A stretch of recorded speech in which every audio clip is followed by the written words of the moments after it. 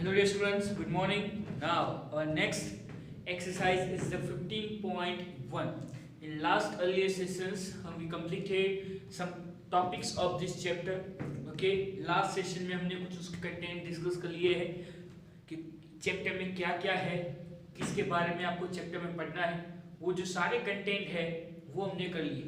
Okay, तो आज हम आगे बढ़ेंगे उसकी एक्सरसाइज लेके, तो अच्छे से ध्यान देना. ओके, और कोई भी कंफ्यूजन हो तो आप मेरे को कभी भी पूछ सकते हो. ओके स्टूडेंट्स, तो नाउ चलो स्टार्ट करते हैं. Exercise 15.1 chapter number 15 introduction to the graphs. Graphs के बारे में हमने बहुत सारा डिटेल में अभी लास्ट जो हमारे सेशंस थे उसमें हमने क्लियर कर दिया है.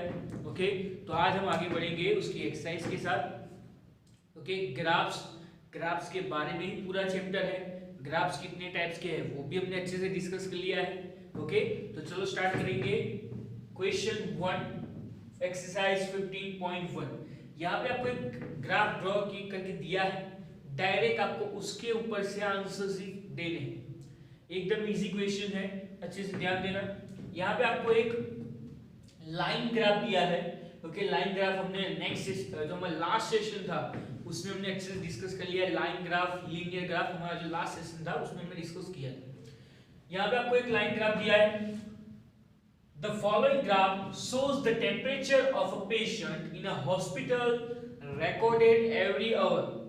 तो एक पेशेंट है, उसका जो बॉडी टेम्परेचर है वो यहाँ पे आपको उसके बारे में ग्राफ दिया है कि वो जो उसका टेम्परेचर है वो एवरी आवर क्या उसमें चेंजेस आते हैं उसके बारे में यहाँ पे आपको इंफॉर्मेशन दी है और उसके ऊपर से ग्राफ है.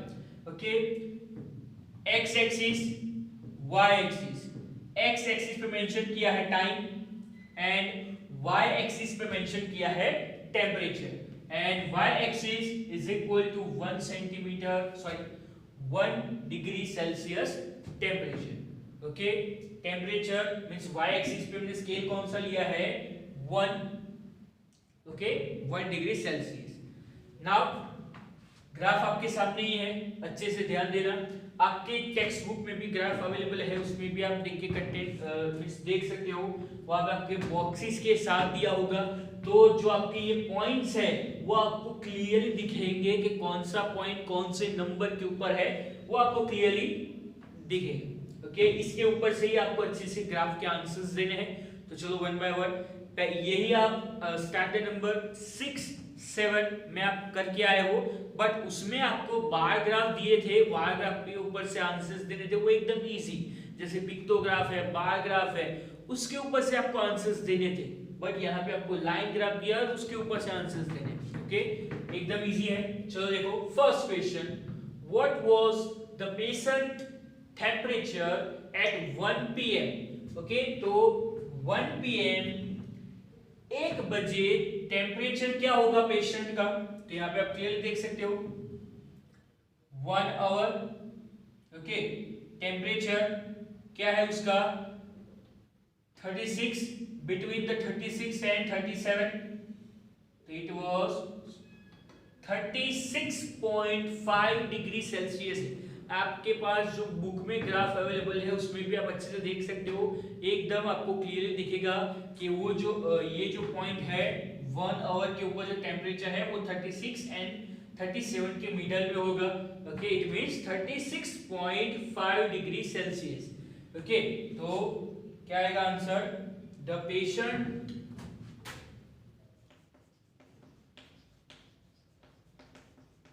Patients temperature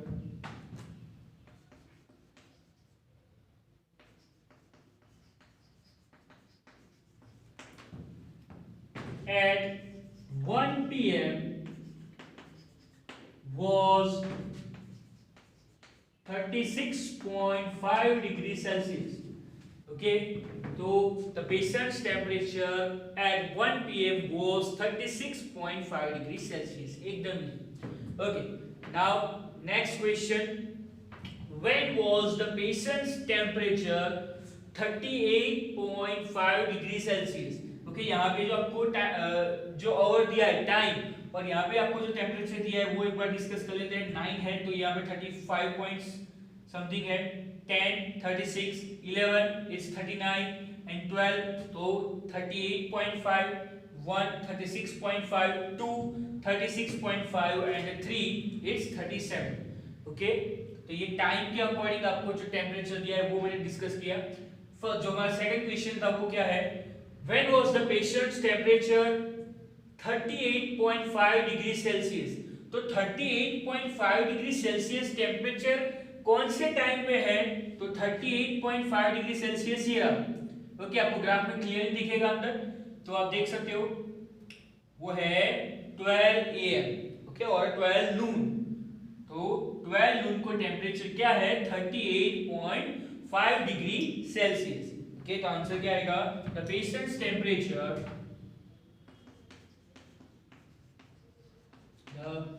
patient's temperature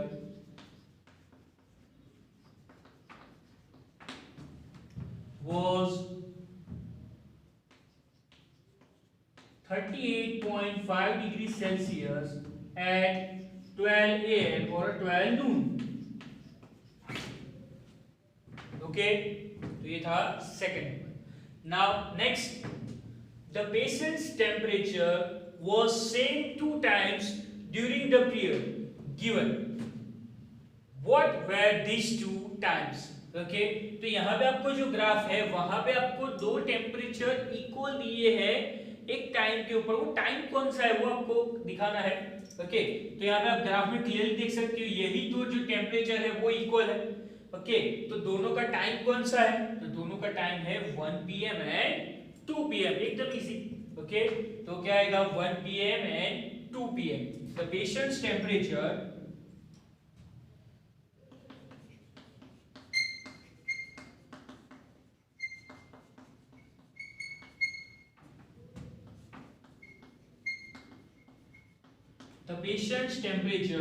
was same at 1 PM and 2 PM, 1 PM and 2 PM। Okay,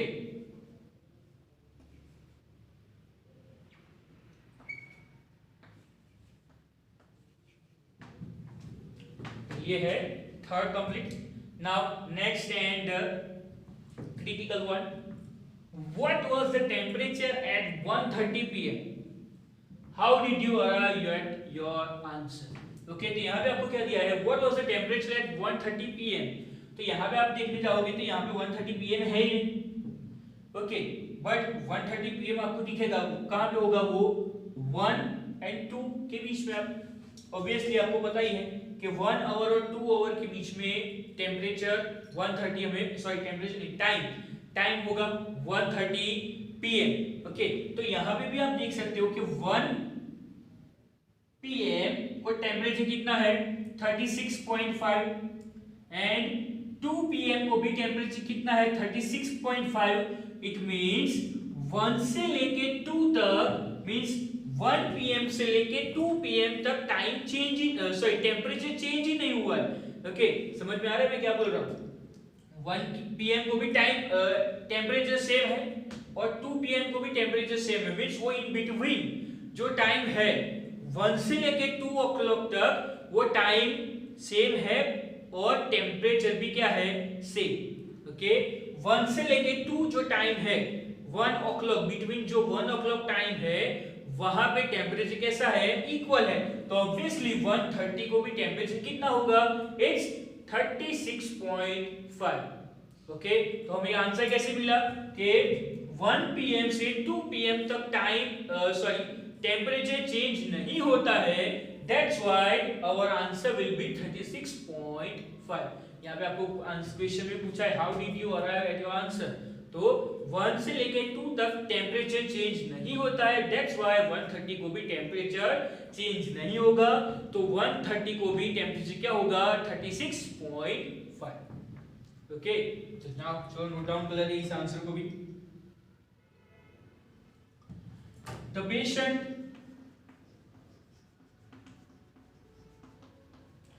temperature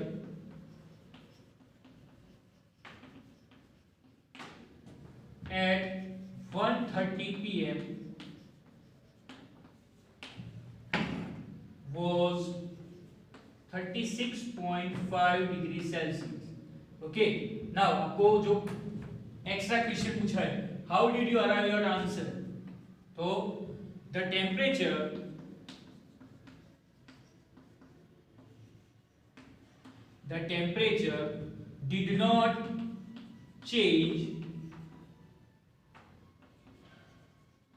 did not change during 1 p.m. to 2 p.m. So the temperature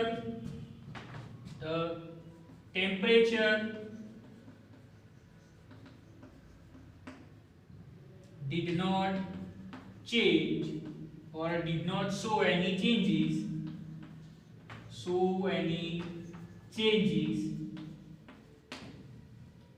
and it was 36.5 degrees Celsius at 1:30 p.m. Okay, आपको वो answer भी लिखना था कि the temperature did not change during 1 p.m. to 2 p.m. so the temperature did not show any changes and it was 36.5 degrees Celsius at 1:30 p.m. Okay, एकदम easy question है, थोड़ा twist करके दिया है, आपको आंसर इजीली दे देना है इसका. Now next question, during which period did that patient's temperature showed an upward trend? Upward trend means increase. तो ऐसे कौन से टाइम है जहां पे आपको इंक्रीज देखने को मिलेगा? तो नाउ चलो चेक करते हैं. तो यहाँ पे पहले ही देख सकते हो 9 to 10, यहाँ पे आपको टाइम कैसा दिखेगा? इंक्रीज होता हुआ. Then again 10 to 11 increase. Okay, then यहाँ पे आप देख रहे हो तो डिक्रीज होता है, तो ये नहीं होगा. Then again decrease, same, ये भी नहीं, आपको only upward means increase देखना है. and 2 to 3, okay, 2 to 3. तो कौन कौन सा है? 9 to 10, 10 to 11 and 2 p.m. to 3 p.m. okay. तो the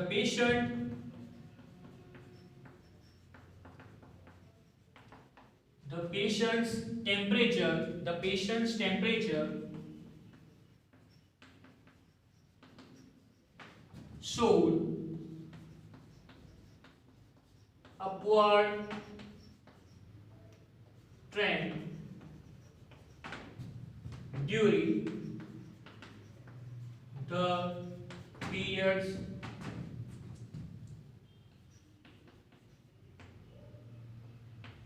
the periods 9 to 10, 10 to 11 and 2 to 3. Okay, 9 a.m. to 10 a.m.,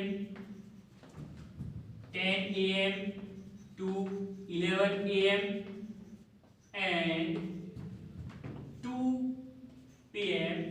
to 3 p.m. Okay, तो क्यों? क्योंकि ये 9 to 10, 10 to 11 and 2 to 3 वो क्या हो रहा है? इंक्रीज हो रहा है. It means upward trend. Okay students, तो यहाँ भी क्वेश्चन कंप्लीट होता है. अच्छे से नोट डाउन कर लेना है, एकदम इजी क्वेश्चंस हैं. बस ये 2 क्वेश्चन में आपको ध्यान देना है, बाकी ये 3 क्वेश्चंस तो एकदम इजी पूछे हैं. ओके, और ये ऐसे क्वेश्चंस आपको एग्जाम में आ सकते हैं, तो आप अच्छे से उसको नोट डाउन कर लेना. और इसमें आपको कोई भी कंफ्यूजन नहीं होना चाहिए, क्योंकि आपको सिर्फ ग्राफ को देख के ही आपको उसके आंसर्स देने. थोड़े आपको ट्विस्ट करके सम्स दिए होंगे, तो वो आपको समझने हैं. 2-3 बार क्वेश्चंस रीड करो, ग्राफ को 2-3 बार समझो, फिर उसके आंसर्स. ओके स्टूडेंट्स, तो ये आपको अच्छे से नोट डाउन कर लेना है.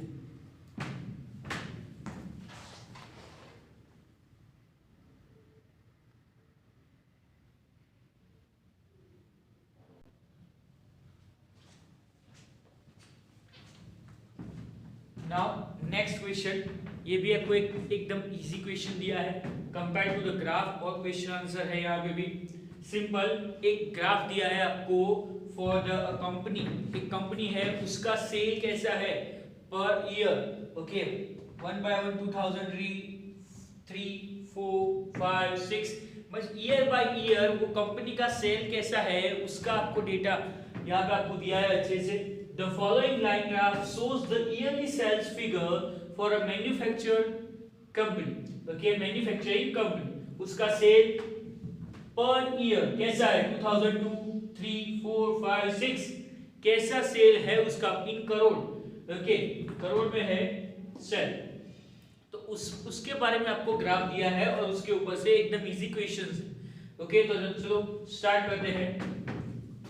सबसे पहले ग्राफ मैं आपको समझा देता हूं। X axis Y axis, X axis पे मेंशन है ईयर्स, वाई एक्सिस पे मेंशन है सेल, मींस उसका सेल कैसा हुआ है इन करोड़, ओके। नाउ 2002 तो में है उसका सेल 2002 में 4 करोड़ है, देन 2003 इज 7 करोड़। आपके पास जो ग्राफ है वहां पे आपको पर्टिकुलरली जो स्क्वायर ग्रिड है आपको बॉक्सेस दिए हैं उसके ऊपर से आप चेक करोगे तो आपको क्लियरली उसका आंसर्स मिल जाएंगे आपको, ओके। तो ये है 7 years, then sorry 7 crore, then 2004 में उसका सेल है 6 करोड़, देन 2005 में है 10 करोड़ एंड 2006 में है 8 करोड़, ओके। तो उसके ऊपर से आपको आंसर्स देने हैं। y एक्सिस पे स्केल कौन सा लिया है, y axis along to 1 centimetre is equal to rupees 2 crore sale, okay. Now one by one questions देख लेते हैं। First question, what were the sale in 2002 and 2006। तो 2006 और 2006 जो 2002 एंड 2006 2 एंड 6 उसमें सेल कितना है वो आपको ढूंढना है। तो क्लियर देख सकते हो 2002 में है 4 एंड 2006 में है 8, ओके। तो एक बार फिर से कि 2002 और 2006 में उसका सेल कितना है, तो सेल है 4 crore and 8 crore.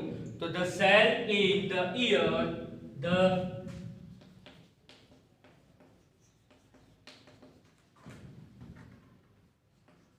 in the year 2002 was rupees 4 crore, okay।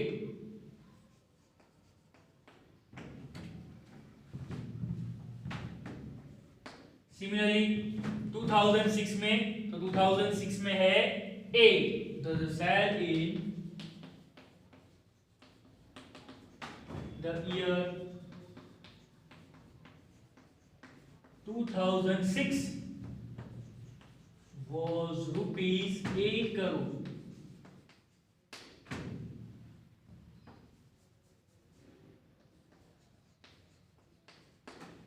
Okay. तो 2 में 4 करोड़ और 6 में 8 करोड़। Now similarly same questions, what were the sales in 2003 and 2005। तो 2003 में है 7 करोड़ एंड 2005 में है 10 करोड़, ओके। तो the sale in the year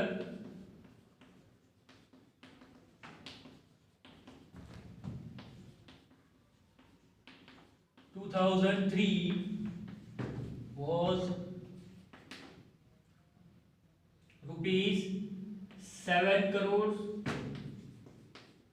and similarly the sale in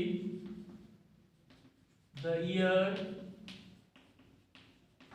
2005 was rupees 10 crores, okay. तो 2003 में है 7 करोड़ और 2005 में है 10 crore, okay. Now simple. Now again next question, comment the difference between the sales in 2003 and 2006। तो 2002 और 2006 में डिफरेंस कितना है, ओके। वो दोनों के बीच में सेल्स का डिफरेंस कितना है, तो 2006 में कितना है, 2002 में कितना है, वो पहले आइडेंटिफाई करते हैं। 2006 में है 8 करोड़ एंड 2002, तो 2002 में है 4 करोड़। तो तो आप क्लियरली देख सकते हो 8 माइनस 4 आप करोगे तो आंसर क्या आएगा 4। तो दोनों ईयर्स जो है 2002 एंड 2006 के बीच में 4 करोड़ का क्या है डिफरेंस है। Okay, the difference between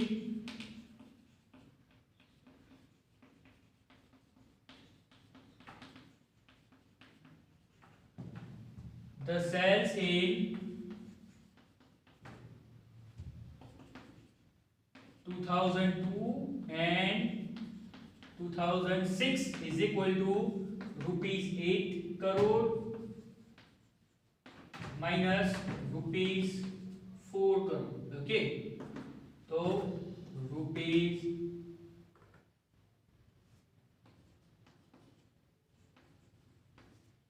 rupees 4 crore क्या है difference.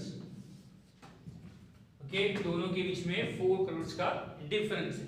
Okay, and the last one, in which year was that the greatest difference between the sales as compared to its previous years.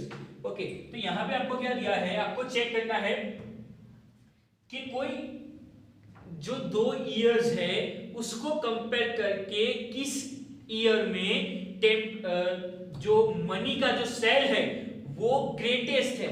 तो मैं वन बाय वन आपको दिखा देता हूं। तो यहाँ पे आप देख सकते हो 2002 और 2003 में देखो तो वहां पे क्या हो रहा है, 2002 से 2003 तक ये अभी 2002 में 4 करोड़ सेल है और 2007 में क्या हो गया, सॉरी 2003 में क्या हो गया 7 करोड़ हो गया। मींस उसमें इंक्रीजिंग कितना हुआ, 3 करोड़ का इंक्रीज हुआ। एक बार फिर से मैं रिपीट करता हूं, 2002 में क्या है 4 करोड़ एंड 2003 में क्या है 7 करोड़। मींस 4 में से इंक्रीज कितना हुआ 3। ओके, देन यहां पे जो डिक्रीज हुआ है उसमें कोई चेंजेस नहीं। यहां पे आप देख सकते हो 2004 में कितना है सेल 6 और 2010 में हो गया है, सॉरी 2005 में हो गया है 10 करोड़। मींस वहां पे 4 करोड़ का इंक्रीज है। ओके, तो ग्रेटेस्ट इंक्रीज कौन सा हुआ इन ईयर 2005। ओके, यहाँ पे 2003 में सिर्फ ओनली 3 करोड़ का इंक्रीज है, बट यहाँ पे 2005 में आपको 4 करोड़ का इंक्रीज है। दैट्स व्हाई 2005 में क्या होगा ग्रेटेस्ट इंक्रीज होगा। ओके, सेल तो आंसर क्या आएगा इन 2000 in the year 2005 there was the greatest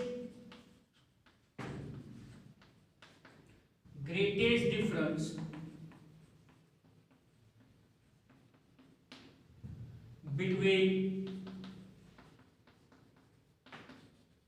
between the cells as compared to its previous year, to its previous year। Okay, कि उसके पिछले साल में 2000 यहाँ पे 5 में 2004 से ग्रेटेस्ट इंक्रीज हुआ है। ओके, 2002 और 2003 में भी हुआ था, बट वहां पे ओनली 3 करोड़ का इंक्रीज था और 2005 में, सॉरी 4 और 5 में 5 करोड़ का इंक्रीज है, सॉरी 4 करोड़ का इंक्रीज है उसके बीच में। ओके, तो 2005 में ग्रेटेस्ट इंक्रीज है to the its previous years. Okay, तो ये था क्वेश्चन नंबर 2। ये भी आपको अच्छे से नोट डाउन कर लेना है। अगर कोई भी आपको डिफिकल्ट लगे कोई क्वेश्चन समझने में तो आप सीधा मेरा कांटेक्ट कर देना, मैं आपको उसको समझा दूंगा। ओके, आप कभी भी मेरे को मैसेज कर सकते हो जिसमें मैं आपको उसका आंसर दे सकूंगा। ओके, और ये जो जितने भी क्वेश्चंस किए अच्छे से नोट डाउन कर लेना है। ये 2 क्वेश्चंस तो इजी है, बट 2 इस क्वेश्चन है और ये क्वेश्चन में आपको थोड़ा एक्स्ट्रा मेहनत करनी पड़ेगी जिसको ये समझने के लिए। ओके, और ये आपको अच्छे से नोट डाउन कर लेना है। कोई भी कंफ्यूजन हो तो आप सीधा मेरे को मैसेज कर देना। ओके स्टूडेंट्स, तो तब तक के लिए गुड बाय, टेक केयर।